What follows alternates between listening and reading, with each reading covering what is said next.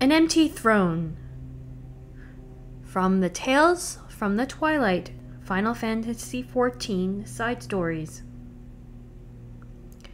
At the far end of the audience hall, in the holy vault of Ishgard, set upon a dais spanning its breadth, was the Archbishop's throne. From this sacred seat, the Church's most powerful men had ruled for centuries, but no longer.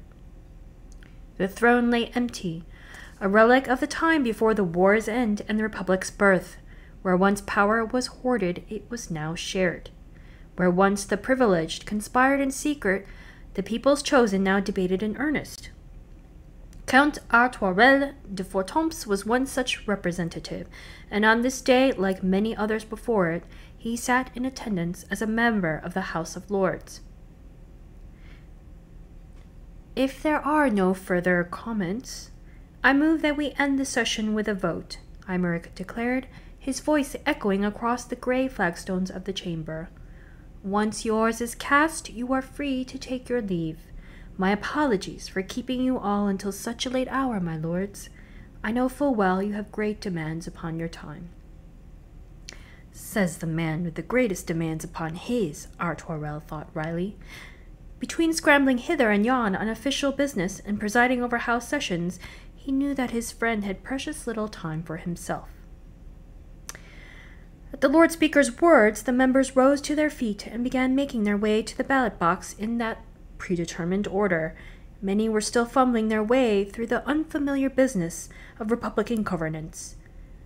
Artoirel himself not least of all, but he pressed on with dutiful determination. Having cast his vote, he returned to his seat to gather up his belongings when the empty throne chanced to catch his eye.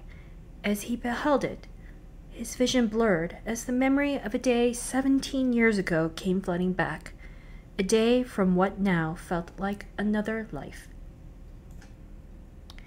The shirt's collar felt stiff as canvas, but Artoirel endured the discomfort.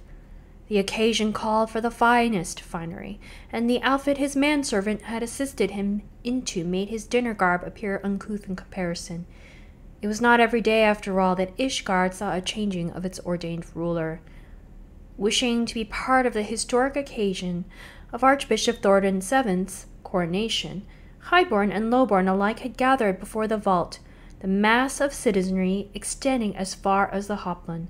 However, none save a privileged few outside of high-ranking clergy and the Archbishop's personal guard were permitted to attend the official proceedings.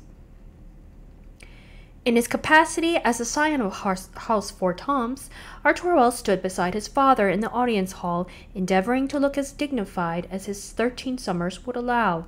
His youngest brother, Aymeric, was there too, and to his credit was behaving himself despite being too little to appreciate the gravity of the event. Harchefant, however, was absent on account of not bearing the name Fortemps, their Lord Father had earlier explained. Yet even before this, Artoirel had always sensed that there was something different about his brother, if only through his aloofness and the disdain with which their mother treated him. Thus the ceremony proceeded with his family short a member, but if anyone else was bothered by it, they did not let it show. And after a series of solemn rites, Thordan VII finally appeared in the sacred vestment of the Archbishop. Holding the Fury's grace, the holy crozier of his office, he strode purposefully and majestically toward the throne as Artoirel looked on in awe. I, Thordan, 7th of my name, do swear to serve as an instrument of Hallone's will, embodying the spirit of King Thordan, our nation's revered founder. I shall preach the faith and protect the faithful, that together we might defeat the dragon menace and bring the Fury's blessing unto all men. The Archbishop's words stirred Artoirel to the core, reaffirming the lessons he had been taught since first he could remember. He was descended from the legendary Knights 12. His chest fairly bursting with pride, he made his own pledge. To himself he said, "Like my ancestors before me, I will become a knight brave and true, and I will serve Ishgard unto my dying breath." At length, the ceremony came to a close, and the doors to the audience hall were thrown open to let in a flood of lesser peerage. Some wished to catch a glimpse of their newly anointed leader, while others sought to curry favor with the high houses. Together with Emilienne, Artoirel followed his father as he led them through the dance of nobility, keeping his eyes peeled in careful observance as he was taught. One day, he too would need to navigate these selfsame waters. He noticed the members of houses Durandar and Zamel take their leave early. Sharing fields of red on their crests, the two families tended to keep to their own, giving the impression that they were ever plotting some manner of intrigue. In contrast, House Fortemps and Ayenart, which shared black fields and ancient ties, were hardly reclusive and were in fact regular fixtures in social events. Even now his father, Lord Admont, had begun engaging in cordial conversation with Lord Barandon, his counterpart in the letter. Of the children of that house, all were present save Francel, who was yet too tender in years to attend formal functions. When the adults finally dispensed with the pleasantries and began discussing difficult matters, the sons and daughters took the opportunity to withdraw and speak amongst themselves. Beaming his brightest smile, Emmeline sidled over to where Clodebomb and Lanaette, the third and fourth born of House Ayenart, were standing. Artoirel was not surprised to see a gaggle of younger children attending Clodebomb. He had a way with little ones. Meanwhile, Artoirel turned to face Stephenvien and Orville, the first and second sons. Such noble children would one day become allies and rivals both, he knew, and it would behoove him to maintain friendly relations, but not too friendly. "My lords," he said, sweeping them a well-rehearsed bow. Stephenvien chuckled. "Oh, come now, let's not stand on ceremony. We are of an age, are we not?" In a languid tone, Orville added, "Aye, and I've had my fill of the dry formalities. It's tiresome stuff, and I want to go home." "Likewise, brother, I am on the cusp of completing my latest invention. Shall we beg leave of father?" And as quick as that, the brothers bade Artoirel farewell, asked their father to be excused, and happily trotted off. As he watched them leave, Artoirel could not help but envy the carefree pair. Finding himself bereft of company once more, he returned to observing the people around him. Ere long, he spied a dark-haired youth, slightly older perhaps than himself, regarding the archbishop's throne with what could only be described as a glare. Puzzled, he approached and asked, "Why do you frown so? Is this not a joyous occasion?" The youth started at the question and turned to face Artoirel. His eyes widened in surprise, but soon narrowed as anger reclaimed his features. "Clearly you have not heard the rumors of my birth, not that it is any concern of yours." Artoirel winced. In turn, the youth's expression softened in remorse. "My apologies, that was ill done." Clearing his throat, he continued pleasantly, "My name is Aymeric. How was the ceremony, if I may ask? I did not have the pleasure of witnessing it." The excitement of the event still fresh in his mind, Artoirel forgot his discomfort and held forth with unbridled admiration. "Oh, 'twas truly inspiring. I shan't soon forget his eminence's oath. He swore that he would serve as an instrument of Halone's will and bless all men." "Bless all men? Do you suppose he can do such a thing?" Artoirel was about to reply when another stole the words right from his mouth. "Absolutely! The archbishop is a great man!" The two turned to find a golden-haired boy garbed in common fashion, regarding them eagerly, the son of a knight, perhaps. Seeming to remember himself, the newcomer bowed deeply as one does to his betters, before resuming his enthusiastic account. "His Eminence graced our school with a visit last year. He prayed for us that we would become strong, righteous knights. 'Tis my dream to serve him one day." The boy's passion struck a chord with Artoirel, who nodded in approval. Aymeric, however, simply stared. He parted his lips as if to speak, but thinking better of it, said nothing.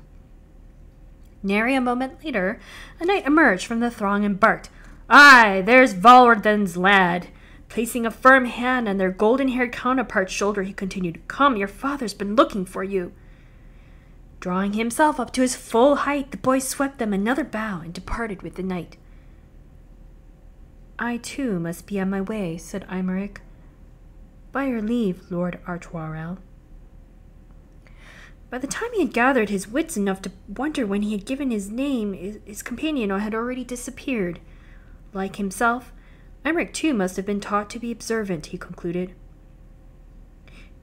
To himself, he thought, to listen, and learn in preparation for the day he must join in the dance.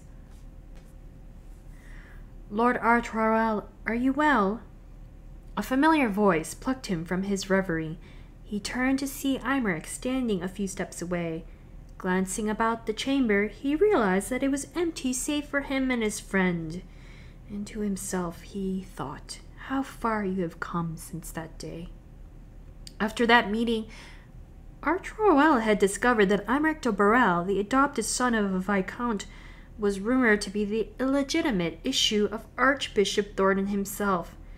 Out of kindness, his parents had chosen not to speak of the matter to him, though it did nothing to shield him from the gossip of others, and so Aymeric had sought an audience with the archbishop to ascertain the truth. But as a child of a lesser house, such a wish was not to be fulfilled. In the end, he came to embrace his lot and dedicated himself in service to his people. For his efforts, he was rewarded with command of the Temple Knights. And now he held the highest office in the nation. "Lord Artoirel," Aymeric repeated, with a hint of concern. "Forgive me, I was lost in reminiscence. The Archbishop's coronation, when we first spoke." "I see," said Aymeric, as he turned his gaze upon the throne. "Eyebrows furrowed not unlike that day. After a time," he continued, "it feels like another life, does it not?" Artoirel sighed. Again to himself, "Once I would have told you nothing." I am torn to remember that day, to remember the child I was, who accepted all he was taught without question, the lies, the pride I had in my lineage, my very existence. Gods, what a fool I was. Our scars will not soon fade. Though we try to move forward, the pain lingers, a constant reminder of our father's betrayals and our traumas. Aymeric had told him the tale during the campaign at Gimlet, how his friend had urged the archbishop to renounce the lies upon which Ishgard was built and was rebuffed as a naive child for wanting to tear down institutions that had endured for over 1,000 years. And indeed, built upon a rotten foundation of deception, though everything was, Aymeric had recognized the truth in his father's words, and they remained a thorn in his breast. These words came to his mind then. We cannot easily forget that which had defined us for so long. Thus do we struggle to rebuild our lives. Just as Artoirel was making to speak, Aymeric picked up the thread as though he had been privy to his thoughts. So let us forget neither the past nor the pain. Let us acknowledge whence we came and whence we now stand set forth anew. As the setting sun shone through the window, Artoirel nodded. In silence they contemplated the empty throne and the deepening shadow it cast. Thus concludes the short story An Empty Throne from Final Fantasy XIV, Tales from the Twilight.